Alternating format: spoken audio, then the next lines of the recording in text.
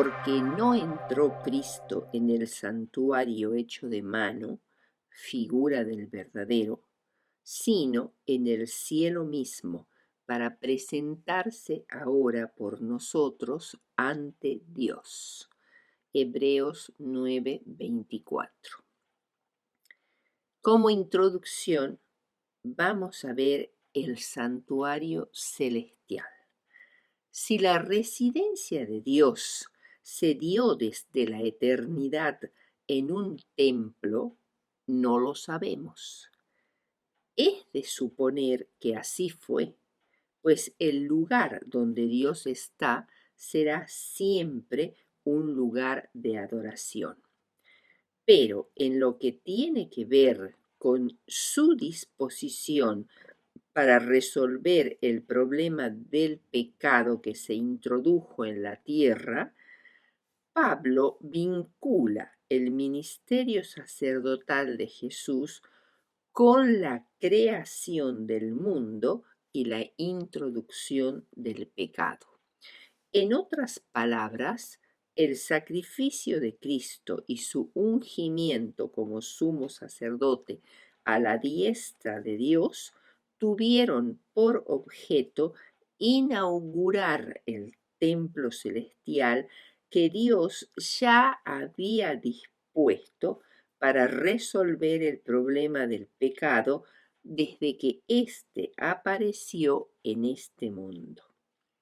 El servicio efectuado en el templo celestial no tendría plena validez hasta la ratificación del convenio o pacto hecho entre el Padre y el Hijo en sus concilios eternos mediante el sacrificio de Jesús, para que la obra de la redención tuviese efecto. El Cordero de Dios, Cristo Jesús, fue muerto desde la creación del mundo, como dice Apocalipsis 13:8. Pero el plan de salvación efectivamente fue puesto en marcha cuando el Hijo de Dios vino a este mundo de pecado a morir en nuestro lugar. Jesús había venido a cumplir con todo el programa de redención que en los ritos del antiguo santuario de Israel lo anunciaban. Así como los sacerdotes debían ser lavados por Moisés antes de ser ungidos y consagrados para el ministerio, de la misma manera Jesús debía dar este paso antes de ser reconocido oficialmente por su Padre para iniciar su obra en favor de los pecadores. Luego de ser bautizado por Juan el Bautista y ungido por el Espíritu Santo en forma de paloma, Jesús se sentó como un segundo Moisés, no sobre el monte Sinaí, sino sobre el monte de las bienaventuranzas, para confirmar el pacto divino con el pueblo de la promesa. Finalmente ofreció el sacrificio de su vida, siendo él mismo el sacerdote y la víctima, pero no inauguró un templo terrenal, sino que entró en el templo celestial para iniciar allí el ministerio sacerdotal. Hebreos 1:3 dice: después de efectuar la purificación de los pecados, se sentó a la diestra de la majestad en las alturas. Es muy importante entender que Jesús hizo una expiación general de los pecados de la humanidad al morir en la cruz. Pero tal expiación debe ser aplicada a cada persona por medio de la confesión, el arrepentimiento para el perdón de los pecados particulares. Bien, vamos a ver ahora el punto que se llama el camino abierto al templo celestial. Al morir Jesús en la cruz en sacrificio por el pecado, dejó caduco el sistema de culto antiguo de sombras y símbolos y abrió las puertas a su ministerio en el santuario celestial. Esta verdad fue ilustrada por la ruptura del velo del templo, exponiendo a la vista de todos el lugar más reservado de su habitación terrenal. El verdadero sacrificio acababa de ser ofrecido. Todos debían mirar de allí en adelante a la obra del Hijo de Dios que ahora se abría o inauguraba en el templo celestial. Estaba abierto el camino que llevaba al Santísimo. Había sido preparado para todos un camino nuevo y viviente, deseado de todas las gentes. 705. La obra de expiación se completó en la cruz solo en relación con el acto inaugural de abrir las puertas al ministerio sacerdotal de Jesús dentro de los departamentos interiores del santuario celestial. El santuario celestial no solo debía ser abierto, sino también debía ser ungido en el nuevo pacto después de la muerte de Cristo. Como dice Daniel 9:24, 70 semanas están contadas para tu pueblo y tu santa ciudad para terminar con la rebelión, poner fin al pecado, expiar la iniquidad, traer la justicia de los siglos, sellar la visión y la profecía y ungir el lugar santísimo. Codes Codacim. ¿Cuándo fue entonces ungido el templo celestial? Después de haber ofrecido su sacrificio en la cruz, en la tierra, y de haber resucitado, Jesús ascendió a los cielos, donde fue entronizado a la diestra de Dios y delante de sus ángeles. En el santuario terrenal, Aarón y Moisés entraron al santuario después de haber ofrecido el sacrificio en el atrio y lo ungieron con aceite. Además, abrieron los velos y dejaron el camino abierto hacia el lugar santísimo. Después que ellos salieron, se manifestó la gloria divina a la vista de todo el pueblo como un fuego que penetró dentro del santuario y luego consumió el holocausto. Levítico 9, 23 y 24. De la misma manera, después del ungimiento de Cristo a la diestra del Padre y del santuario celestial, la bendición sacerdotal de Jesús sobre sus discípulos en Pentecostés se reveló en lenguas de fuego que descendieron del cielo sobre los discípulos, comunicando así a su pueblo que su ministerio sacerdotal celestial se había iniciado en el lugar santo. El tercer punto es el precursor, el camino nuevo y viviente. Hebreos 6, 19 y 20 dice: la cual tenemos como segura y firme ancla del alma, o sea, la esperanza nuestra. Es como una segura y firme ancla del alma y que penetra hasta dentro del velo donde Jesús entró como precursor, hecho sumo sacerdote para siempre según el orden de Melquisedec. El mensaje más maravilloso que se nos da es que Jesús entró por su sangre en el santuario celestial, penetró dentro del velo y nos abrió o inauguró un camino nuevo, el de su carne, para que podamos seguirle. En ese camino entramos primero por la fe y luego, cuando culmine su obra en los cielos, Jesús vendrá por nosotros para llevarnos literalmente a su trono de gloria. Al haber triunfado Jesús en la cruz sobre todo principado y autoridad que se nombre, ya sea en el cielo como en la tierra, puso en marcha un ministerio de salvación que ningún velo puede detener hasta que la obra de la redención concluya.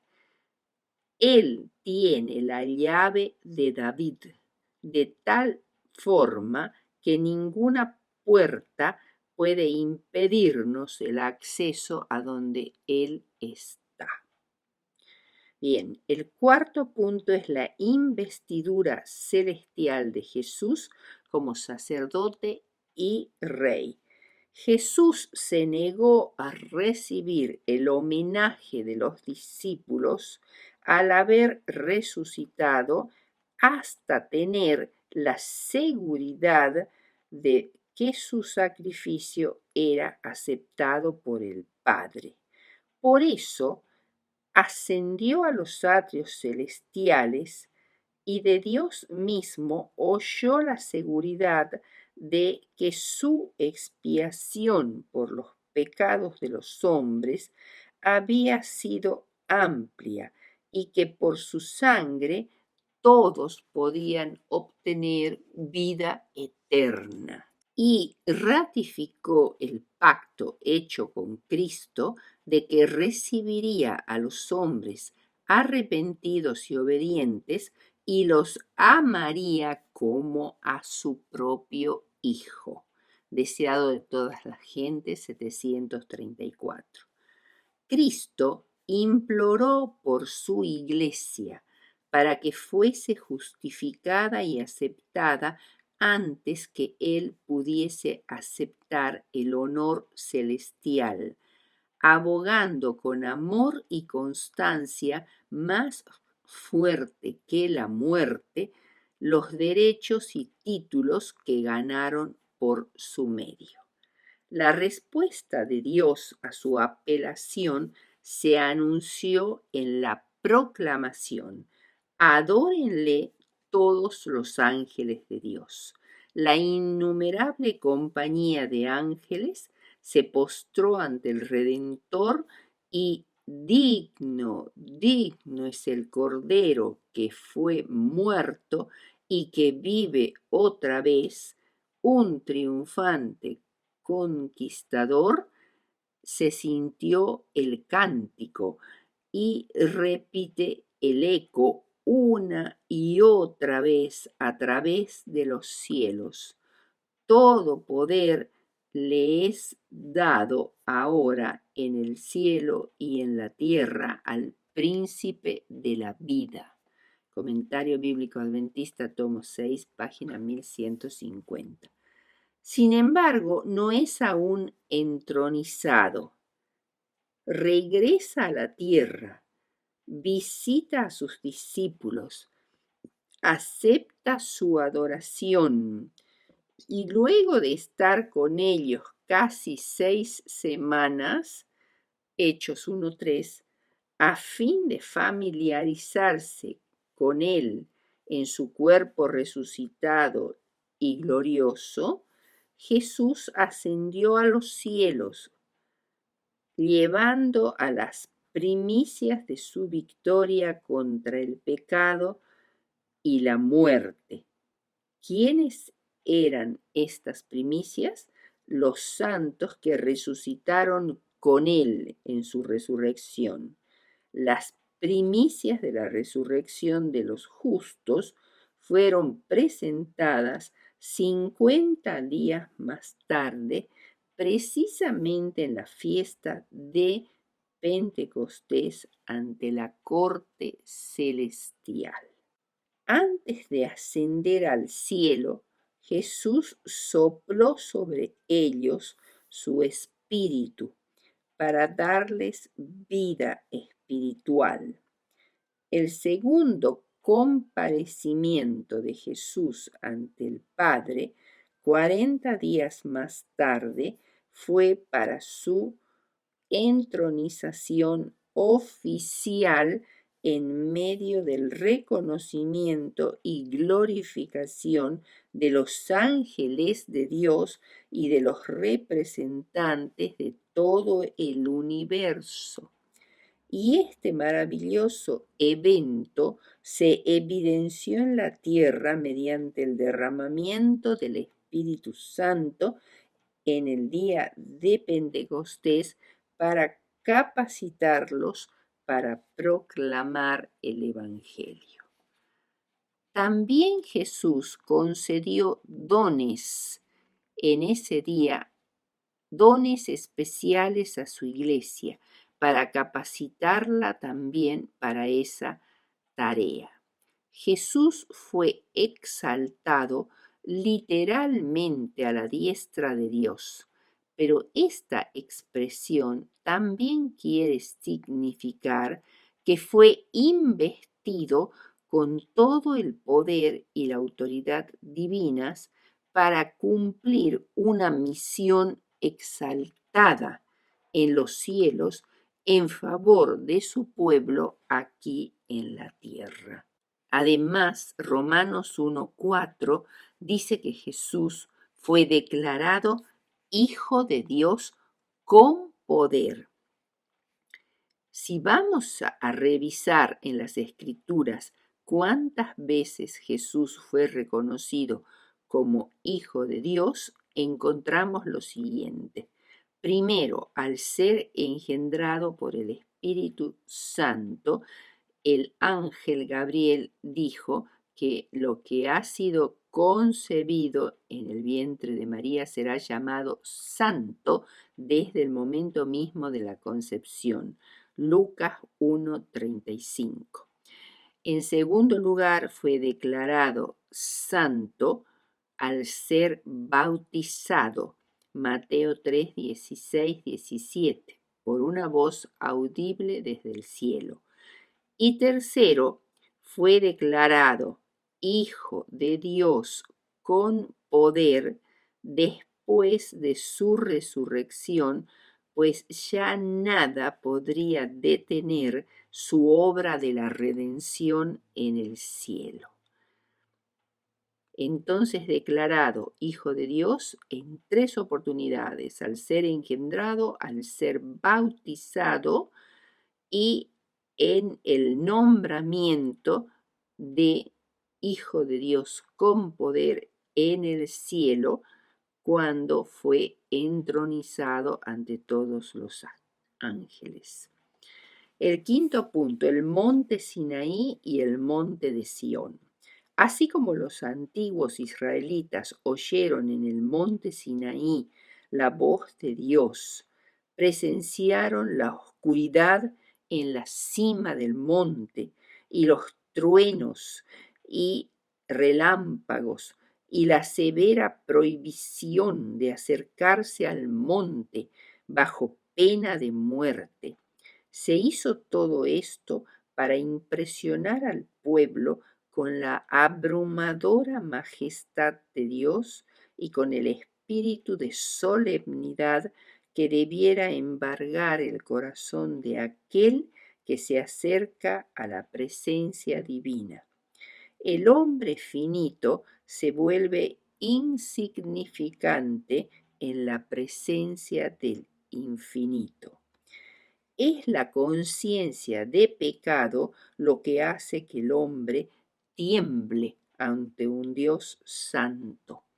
Ahora Pablo habla en sentido figurado de los cristianos como si estuvieran congregados alrededor del trono de Dios en el cielo, en el monte de Sión, uno de los cerros sobre los cuales estaba situada la antigua ciudad de Jerusalén.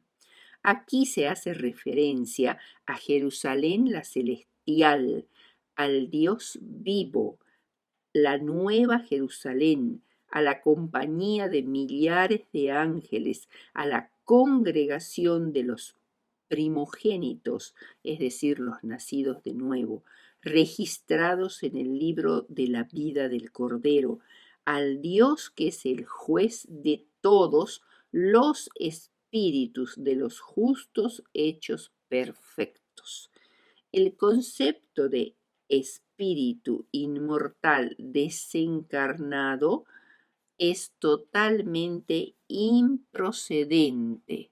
Es decir, aquí no se está refiriendo a espíritus que no tienen cuerpo como almas, como es el concepto popular, sino que se refiere a los cristianos maduros, los justos muertos en los siglos pasados, ahora resucitados y reunidos en Jerusalén la celestial alrededor del juez de todos los hombres. Como conclusión tenemos dos bellas citas. Cristo lloró por la transgresión de cada ser humano. Soportó aún la culpabilidad de Caifás, pues conocía la hipocresía que habitaba en su alma, mientras que, por pretexto, rasgó su ropa. Cristo no rasgó su ropa, sino que su alma fue rasgada. Sus ropas de carne humana fueron rasgadas cuando colgaba de la cruz, el portador del pecado de la raza. Por su sufrimiento y muerte, un camino nuevo y vivo fue abierto. Elena de White, Review and Herald, 6 del 12, 20 y 16. Nuestro amado Salvador nos enviará ayuda en el momento mismo en que la necesitemos. El camino del cielo quedó consagrado por sus pisadas. Cada espina que hiere nuestros pies hirió también los suyos. Él cargó antes que nosotros la cruz que cada uno de nosotros ha de cargar. El Señor permite los conflictos a fin de preparar al alma para la paz. Conflicto de los siglos, página 691.